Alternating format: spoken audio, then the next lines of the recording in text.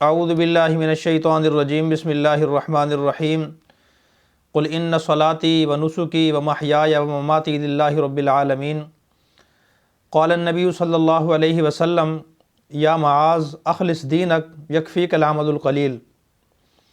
صدق اللہ مولانا العلی العظیم۔ میرے محترم سامعین، اپنی بہت سی مصروفیات کی بنا پر کافی دن آپ کی خدمت میں کوئی پیغام نہیں بھیج سکا۔ آج کافی دنوں کے بعد ایک اہم پیغام آپ کی خدمت میں عرض کرنا چاہتا ہوں۔ دعا فرمائیں کہ اللہ پاک سننے کے بعد مجھے بھی آپ سب حضرات کو بھی عمل کرنے کی توفیق عطا فرمائے۔ وہ عمل ایسا ہے جو تمام اعمال کی بنیاد ہے۔ اگر وہ عمل تمام عبادات میں، معاملات میں، معاشرت اور اخلاقیات میں نہ پایا جائے تو انسان کے سارے اعمال بیکار ہو جاتے ہیں۔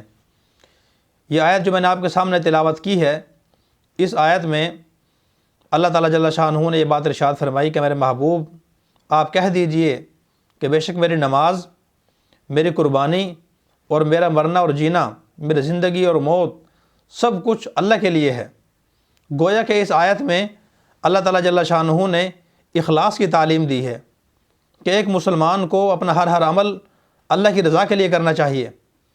اس کی نماز بھی اللہ کی رضا کے لیے ہو، قربانی بھی اللہ کی رضا کے لیے ہو، اس کی زندگی بھی اللہ کی رضا کے لیے ہو، اس کا مرنا بھی اللہ کی رضا کے لیے ہو۔ اور جو حدیث میں نے آپ کے سامنے پڑھی، اس حدیث میں آپ صلی اللہ علیہ وسلم نے حضرت معاذ کو فرمایا، یا معاذ اخلص دینک یکفیک العمل القلیل، اپنے عمل کے اندر تم اخلاص پیدا کر لو، تمہیں تھوڑا سا عمل بھی کافی ہو جائے گا۔ معلوم ہوا کہ انسان اگر اخلاص کے ساتھ چھوٹا عمل بھی کرے، تھوڑا عمل بھی کرے تو اللہ کے ہاں وہ مقبول ہوتا ہے۔ اور دکھاوا اور ریاکاری کے ساتھ، نام و نمود کی نیت کے ساتھ، ریاکاری کی نیت کے ساتھ، نمائش کی نیت کے ساتھ اگر انسان بڑا عمل بھی کرے تو اللہ کے ہاں مردود ہو جاتا ہے۔ کیا وجہ ہے؟ اللہ کے نبی نے ارشاد فرمایا کہ میرے ایک صحابی ایک کھجور دانہ یا ایک مٹھی جو اللہ کے راستے میں صدقہ خیرات کرے اور بعد میں جو آنے والی امت ہے وہ احد پہاڑ کے برابر سونا بھی صدقہ کر دے تو میرے ایک صحابی کی ایک جو مٹھی اور ایک کھجور کے دانے کے ثواب کو نہیں پہنچ سکتے۔ اس لیے کہ ان میں اخلاص تھا۔ صدقہ خیرات وہ بھی کرتے تھے، ہم بھی کرتے ہیں۔ ذکر و اذکار وہ بھی کرتے تھے، ہم بھی کرتے ہیں۔ تلاوت وہ بھی کرتے تھے، ہم بھی کرتے ہیں۔ نماز وہ بھی پڑھا کرتے تھے، ہم بھی پڑھتے ہیں۔ قربانی وہ بھی کیا کرتے تھے، قربانی ہم بھی کرتے ہیں۔ اور سارے دینی عبادات، دینی معاملات جتنے بھی ہیں، اعتکاف ہے، حج ہے، عمرہ ہے، صدقہ خیرات ہے، غریبوں کے ساتھ تعاون ہے، دین کی نشر و اشاعت ہے، دین کا کام ہے، دعوت و تبلیغ کا کام ہے، تدریس کا کام ہے، جو بھی نیک اعمال ہیں وہ سارے صحابہ کرام بھی کیا کرتے تھے اور آج ہم بھی کرتے ہیں۔ لیکن ان کے کرنے میں اخلاص 100% ہوا کرتا تھا، دکھاوا اور ریاکاری کا شبہ بھی نہیں ہوا کرتا تھا۔ اور ہم بہت سے معاملات میں میرے دوستوں اور بھائیوں دکھاوا اور ریاکاری کر جاتے ہیں، جس کی وجہ سے ہمارے نیک اعمال کا ثواب سارا ضائع ہو جاتا ہے۔ تو اللہ کے نبی نے فرمایا، معاذ اپنے عمل کے اندر تم اخلاص پیدا کر لو، تمہیں تھوڑا سا عمل بھی کافی ہو جائے گا۔ ایک فاحشہ عورت کا واقعہ بخاری شریف کے اندر موجود ہے۔ ساری زندگی اس نے ناچ گانا کیا، جسم کی نمائش کی، اللہ کی فرما برداری نہیں کی، گناہوں کے اندر زندگی اس کی گزرتی رہی۔ لیکن ایک وقت سفر میں جاتے ہوئے وہ کسی کنویں کے قریب سے گزری اور اس نے دیکھا کہ ایک کتا بیچارہ وہ پیاس کی وجہ سے، گرمی کی شدت کی وجہ سے بلک رہا ہے۔ اس نے اپنا دوپٹہ اتارا، موزہ پاؤں میں تھا وہ نکالا اور دوپٹے سے باندھ کر کنویں سے پانی نکال کر اس کتے کو پلایا۔ کتے کی جان میں جان آ گئی۔ اللہ کے نبی نے فرمایا کہ اللہ تعالیٰ جل شانہ کو یہ عمل اتنا پسند آیا، اللہ تعالیٰ جل شانہ نے اس عمل کی بنیاد پر اس کی بخشش فرما دی۔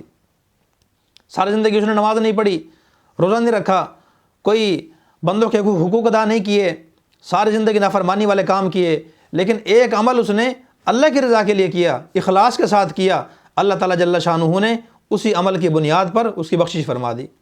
اسی طرح ایک مصنف کا واقعہ ہے۔ بہت بڑے عالم تھے، بہت بڑے فقیہ تھے، مفسر اور محدث تھے، مصنف اور مبلغ تھے، مدرس بھی تھے۔ سارے زندگی انہوں نے دین کی خدمت کی، دین کے نشر و اشاعت میں حصہ لیا، لوگوں کو دین سکھایا، کتابیں لکھی، بیانات کیے۔ لیکن مرنے کے بعد جب کسی کو خواب میں نظر آئے تو اس نے پوچھا، بھئی اللہ پاک نے تمہارے ساتھ کیا معاملہ کیا؟ تو اس مصنف نے کہا کہ اللہ تعالیٰ کے سامنے مجھے پیش کیا گیا۔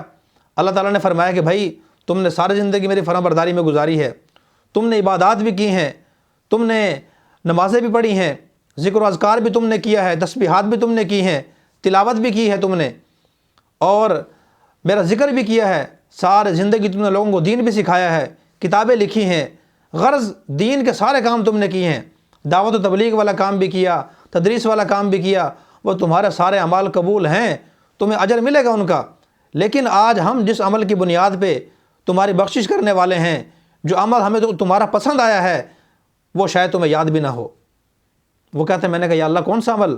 اللہ تعالیٰ نے فرمایا ایک مرتبہ تم کتاب لکھ رہے تھے، جب کتاب لکھنے کے لیے تم نے قلم دوات میں ڈالی سیاہی لگانے کے لیے، لکھنے لگے، لکھنے سے پہلے ایک مکھی آ کر تمہارے قلم پہ بیٹھ گئی اور سیاہی کو چوسنے لگ گئی۔ تمہارے دل میں یہ خیال آیا کہ شاید یہ بیچاری پیاسی ہے، میری سیاہی پینے کی وجہ سے اس کی پیاس بجھ جائے گی، اس لیے میں 2-3 سیکنڈ کے لیے رک جاتا ہوں، یہ سیاہی چوس لے گی، اس کے بعد دوبارہ لکھنا شروع کر دوں گا۔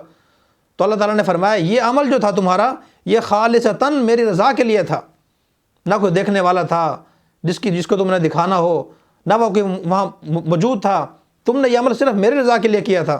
باقی اعمال کا ثواب تمہیں ملے گا، وہ بھی قبول ہیں، لیکن ہمیں تمہارا یہ اخلاص کے ساتھ کیا ہوا عمل پسند آتا ہے، پسند آ گیا ہے۔ اس لیے میرے دوستوں اور بھائیوں، ان 2 واقعات سے معلوم ہوا کہ انسان بے شک عمل تھوڑا کر لے، لیکن اللہ کی رضا کے لیے انسان کرے، اس میں دکھاوا نہ ہو، اس میں ریاکاری نہ ہو، اس میں نام و نمود نہ ہو، ہر عمل انسان اللہ کی رضا کے لیے کرے۔ ایک بزرگ گزرے ہمارے ہندوستان میں، حضرت مولانا سید احمد شہید رحمۃ اللہ علیہ، ایک مرتبہ انہوں نے بیان فرمایا، لاکھوں لوگ موجود تھے، 2-3 گھنٹے کا بیان تھا۔ بیان ختم ہونے کے بعد ایک آدمی آیا بیچارہ دور سے، پیدل چلا ہوا تھا، اس کی پراگندہ حالت تھی، بال بھی خستہ حالت میں تھے، مٹی لگی ہوئی تھی، کپڑے میلے تھے۔ پوچھا کہ بھئی سید احمد شہید کون ہے؟ انہوں نے فرمایا کہ بھئی میں ہوں۔ کیسے آئے ہو؟ فرمایا حضرت میں تو آپ کا بیان سننے کے لیے آیا تھا۔ فرمایا کہ بیٹھو بھائی دوبارہ سنا دیتا ہوں۔ سارا مجمع چلا گیا، تو ایک ساتھ آدمی بیٹھا تھا، اس نے حضرت سے فرمایا حضرت آپ نے 2-3 گھنٹے کا بیان ایک آدمی کے لیے دہرا دیا، ایک آدمی کے لیے آپ نے دوبارہ بیان کر دیا۔ حضرت نے فرمایا بھائی پہلے بھی اسے ایک کے لیے کیا تھا اور اب بھی اسے ایک کے لیے کیا ہے، مطلب یہ کہ لوگوں کے لیے نہیں کیا۔ اس میں ہم جیسے دیندار لوگوں کے لیے بھی، مبلغین حضرات کے لیے بھی، داعی حضرات کے لیے بھی، خطباء حضرات کے لیے بھی سبق ہے کہ انسان جو بھی عمل کرے، دعوت و تبلیغ کا کام ہو، درس و تدریس ہو، تصنیف و تالیف ہو، وعظ و نصیحت ہو، جہاد فی سبیل اللہ ہو، جو بھی نیک عمل ہو، وہ سارے عمل انسان کو اللہ کی رضا کے لیے کرنے چاہیے، اخلاص کے ساتھ کرنے چاہیے۔ اللہ پاک سے دعا ہے اللہ پاک ان تمام باتوں پہ مجھے بھی، آپ تمام دوستوں کو بھی جو سننے والے ہیں، جہاں تک میری بات پہنچ رہی ہے، پیغام جا رہا ہے، اللہ پاک سب کو اخلاص کے ساتھ ہر عمل کرنے کی توفیق عطا فرمائے۔ اخلاص سے متعلقہ باتیں انشاءاللہ اگلی ویڈیو میں عرض کروں گا۔ اللہ پاک ہمیں عمل کرنے کی توفیق عطا فرمائے۔ وآخر دعوانا ان الحمدللہ رب العالمین۔